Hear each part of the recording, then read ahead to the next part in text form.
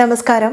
നിങ്ങൾക്ക് പലപ്പോഴായിട്ട് ശരിയായിട്ടുള്ള രക്തപ്രവാഹം നടക്കാത്തത് കാരണം തന്നെ ശരീരത്തിൽ അവിടെ ഇവിടെയും തരിപ്പും മരവിപ്പും വേദന നീർക്കെട്ട് പ്രശ്നങ്ങൾ ഉണ്ടാവുന്നതും ഈ ഇമ്മ്യൂണിറ്റിയുടെ അല്ലെങ്കിൽ നിങ്ങളുടെ രോഗപ്രതിരോധ ശേഷിയുടെ കുറവ് കാരണം തന്നെ എപ്പോഴും ചുമയും ജലദോഷം കഫക്കെട്ടൊന്നും മാറുന്നില്ല, ഇടയ്ക്കിടയ്ക്ക് വന്നുകൊണ്ടിരിക്കുന്നു.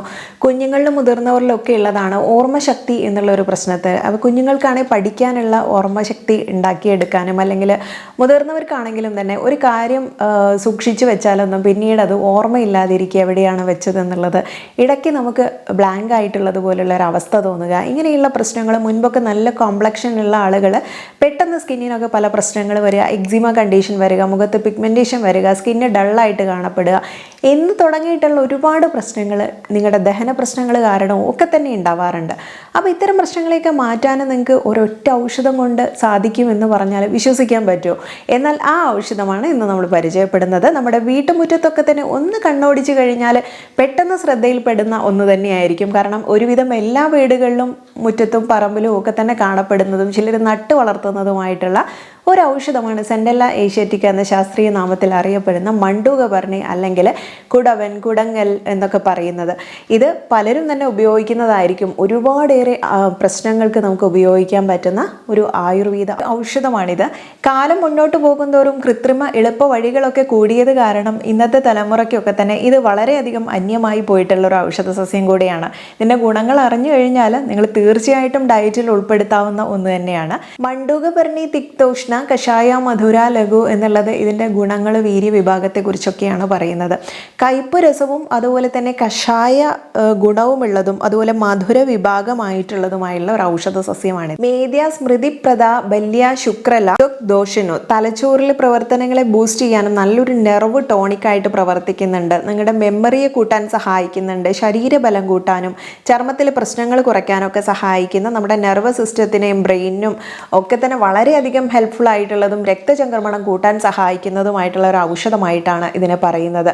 ഇത് തന്നെ പല രീതിയിൽ ഉപയോഗിക്കാൻ പറ്റും.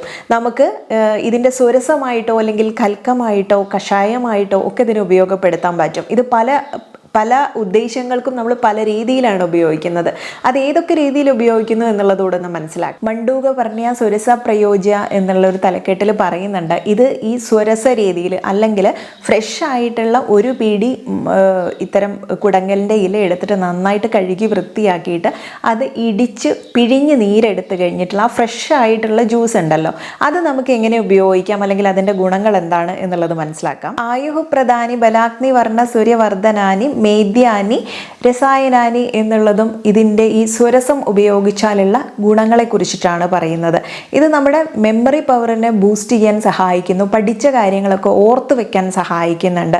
നെർവസ് സിസ്റ്റത്തിനെ തന്നെ കറക്റ്റായിട്ടുള്ള രീതിയിൽ സിസ്റ്റമാറ്റിക് ആയിട്ട് വർക്ക് ചെയ്യാൻ ഇത് ഹെൽപ്പ് ചെയ്യുന്നുണ്ട്.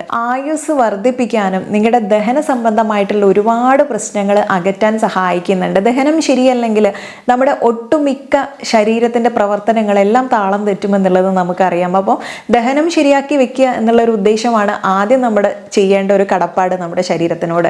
അതുകൊണ്ട് തന്നെ എപ്പോഴും തന്നെ ഈ ഒരു കാര്യത്തിനായിട്ട് നമുക്ക് ഏറ്റവും കൂടുതലായിട്ട് വിശ്വാസയോഗ്യമായിട്ട് ഉപയോഗിക്കാൻ പറ്റുന്ന ഒന്നാണ് കുടങ്ങലിൻ്റെ ഉപയോഗം. ഇതിൻ്റെ സ്വരസ ഉപയോഗിക്കുന്നത് സ്ട്രെങ്ത് കൂട്ടാനും ശരീരത്തിന് നല്ലൊരു ബലം വരുത്താനും അല്ലെങ്കിൽ നിങ്ങളുടെ സ്വരമാധുര്യം അല്ലെങ്കിൽ സ്വരത്തിൻ്റെ വോയിസിൻ്റെ ക്ലാരിറ്റി വർദ്ധിപ്പിക്കാനും ഒക്കെ തന്നെ ഇത് സഹായിക്കുന്നുണ്ട്. ചരക സംഹിതയിൽ ഇതൊരു വയസ്ഥാപനമായിട്ടുള്ള ഔഷധമായിട്ടാണ് പറയുന്നത്. അതായത് ആൻറ്റി ഏജിങ് ഔഷധമായിട്ട് പറയുന്നുണ്ട്. അതുകൊണ്ട് തന്നെ ഉള്ളിലേക്ക് എടുത്തു കഴിഞ്ഞാൽ കോംപ്ലക്ഷനെ ഇമ്പ്രൂവ് ചെയ്യാൻ സഹായിക്കുന്നുണ്ട്. സ്കിന്നിൽ ഇനി എന്തെങ്കിലും അസുഖങ്ങൾ വരുന്നതോ അല്ലെങ്കിൽ സ്കിന്നിന് വരുന്ന മറ്റുള്ള ചർമ്മ രോഗങ്ങളുണ്ടല്ലോ അതിൽ നിന്നൊക്കെ സംരക്ഷിക്കപ്പെടുന്നു ഒക്കെ ഉണ്ട് ഇതിൻ്റെ ഉപയോഗം കാരണം. 10 മുതൽ 20 ml വരെ നമുക്ക് രാവിലെ ഇതിൻ്റെ ജ്യൂസായിട്ട് കുടിക്കാനായിട്ട് ഉപയോഗിക്കാം. മെമ്മറിയെ ബൂസ്റ്റ് ചെയ്യാനും നെർവിൻ്റെ ഹെൽത്തിനും ആങ്ഷൈറ്റി പ്രശ്നങ്ങളൊക്കെ ഉണ്ടെങ്കിൽ അത് ഇല്ലാതാക്കാനും ഒക്കെ തന്നെ ഈ ഒരു ജ്യൂസിൻ്റെ ഉപയോഗം കൊണ്ട് സാധിക്കുന്നുണ്ട്. കുഞ്ഞുങ്ങൾക്കൊക്കെ ആണെങ്കിൽ എക്സാമൊക്കെ അടുപ്പിച്ചിട്ടാണെങ്കിൽ കുടങ്ങൽ ഡയറ്റിൽ ഉൾപ്പെടുത്തിയിട്ട് ഒരു മാസമൊക്കെ തുടർച്ചയായിട്ട് അങ്ങനെയൊക്കെ ചെയ്യുന്നത് ഒന്ന് ഉപയോഗിച്ച് നോക്കും. നല്ല വ്യത്യാസം ഉണ്ടായിരിക്കും. അപ്പം പലപ്പോഴും കുഞ്ഞുങ്ങൾക്ക് പലർക്കും പഠിച്ചെടുക്കാൻ ഓരോരുത്തർക്കും ഓരോ മെമ്മറി പവറാണ്, അല്ലെ പഠിക്കുന്ന രീതി വ്യത്യാസമാണ്. അപ്പോൾ ഇത്തരം കാര്യങ്ങളൊക്കെ നമ്മളൊരു പ്ലാൻ പോട്ടിലൊക്കെ തന്നെ ഉണ്ടാക്കിയെടുക്കാനും പറ്റുന്നതാണ്. പാടത്തും പറമ്പിലൊന്നും തന്നെ ഇല്ലാത്തവരൊക്കെ ആണെങ്കിൽ അല്ലാതെ താമസിക്കുന്നവർക്ക് ഇതുപോലെ പ്ലാൻ ചെയ്ത് ചെയ്യാൻ പറ്റുന്ന ഒരു കാര്യം കൂടെയാണ്. നന്നായിട്ട് വളരുകയും ചെയ്യും.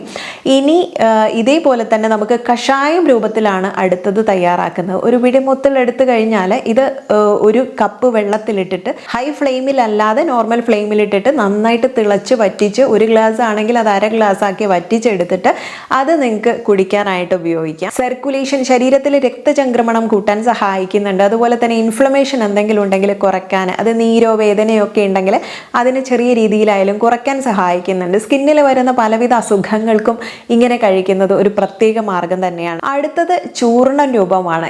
ഇത് തണലിൽ ഉണക്കിയെടുത്ത് പൊടിച്ചെടുത്ത് വെച്ച് കഴിഞ്ഞാൽ ചൂർണ്ണ രൂപത്തിൽ ഉപയോഗിക്കാൻ പറ്റും. 3 മുതൽ 5 ഗ്രാം വരെ നിങ്ങൾക്ക് ചൂടുവെള്ളത്തിൽ കലക്കി കുടിക്കാനോ അതല്ലെങ്കിൽ തിളച്ച പാലിൽ കലക്കി കുടിക്കാനോ ആയിട്ട് ഉപയോഗിക്കാം.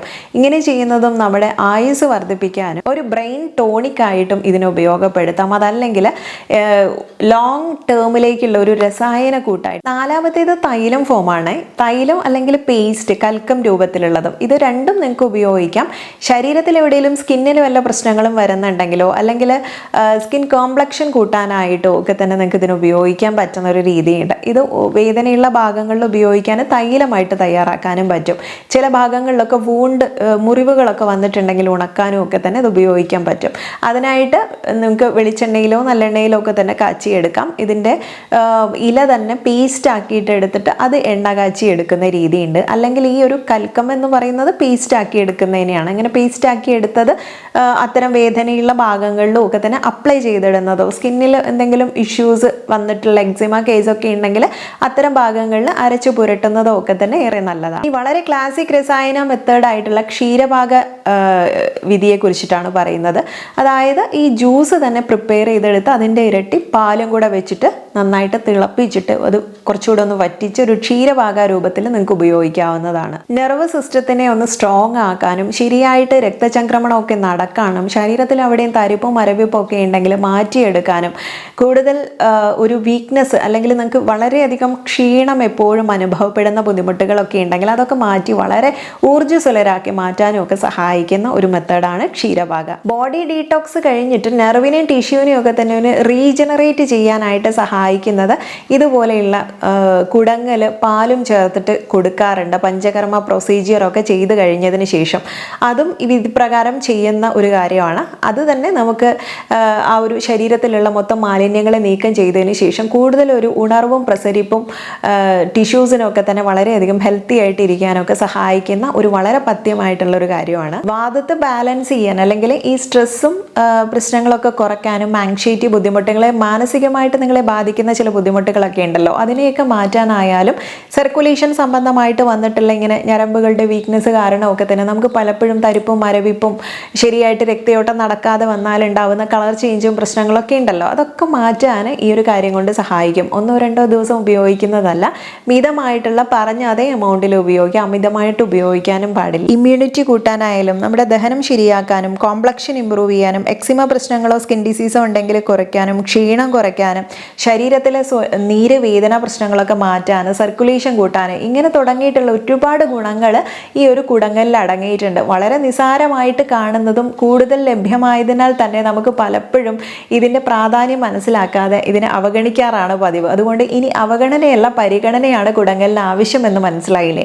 വളരെ എളുപ്പത്തിൽ തയ്യാറാക്കാൻ പറ്റുന്ന കാര്യങ്ങളാണ്. ഇനി ഇത് മാത്രമൊന്നുമല്ല കേട്ടോ, നമുക്ക് ജീരകവും തേങ്ങയും ഒക്കെ തന്നെ അരച്ച് പേസ്റ്റ് ആക്കി അതൊക്കെ മോരിൽ ചേർത്തിട്ട് തയ്യാറാക്കുന്ന രീതിയൊക്കെ ഉണ്ട്. കുടങ്ങലിനെ പല രീതിയിൽ ഉപയോഗപ്പെടുത്താം. അരച്ച് പേസ്റ്റാക്കി നിങ്ങൾക്ക് ദോശമാവിലൊക്കെ ചേർത്തിട്ട് ഉപയോഗിക്കാം, ചട്നി ഉണ്ടാക്കിയിട്ട് ഉപയോഗിക്കാം, ചമ്മന്തിയായിട്ട് ഉപയോഗിക്കാം, കുഞ്ഞുങ്ങൾക്ക് ഇഷ്ടമുള്ള രീതിയിലൊക്കെ ഉപയോഗിക്കാം. ഇനി ഇത് തന്നെ ഒരു ലേഹ്യം രൂപത്തിൽ തയ്യാറാക്കി എടുക്കാം. മുൻപ് കറിവേപ്പില കുറുക്കും നെല്ലിക്ക ലേഹ്യം ഒക്കെ പറഞ്ഞിട്ടില്ലേ, അതുപോലെ തന്നെ വരുന്ന രീതിയിലുള്ള ഒരു പ്രൊസീജിയറാണ് ഇതിനും. അപ്പോൾ അതിൻ്റെ വീഡിയോൻ്റെ ലിങ്ക് വേണമെങ്കിൽ ഞാൻ ഡിസ്ക്രിപ്ഷനിൽ കൊടുക്കാം. നോക്കിയിട്ട് കുടങ്ങൽ വെച്ചിട്ട് നിങ്ങൾക്ക് അങ്ങനെ ഒരു രസായനക്കൂട്ടും തയ്യാറാക്കി എടുക്കാൻ പറ്റും. അപ്പോൾ ഇത് ഉള്ളിലേക്ക് എടുക്കാൻ പറ്റുന്ന രീതിയിൽ ഇടയ്ക്കിടയ്ക്ക് ഡയറ്റിൽ ഉൾപ്പെടുത്തുക. ഇത്തരം ഗുണങ്ങളൊക്കെ ഉണ്ടെങ്കിൽ നമ്മൾ എന്തിനാണ് വെറുതെ നഷ്ടപ്പെടുത്തി കളയുന്നത്? എപ്പോഴും മരുന്നിനെ തന്നെ ആശ്രയിച്ചും എപ്പോഴും ഡോക്ടറെ പോയി കണ്ടിട്ടും മരുന്ന് കഴിച്ച് മാറ്റണം എന്ന് വാശി പിടിക്കരുത്.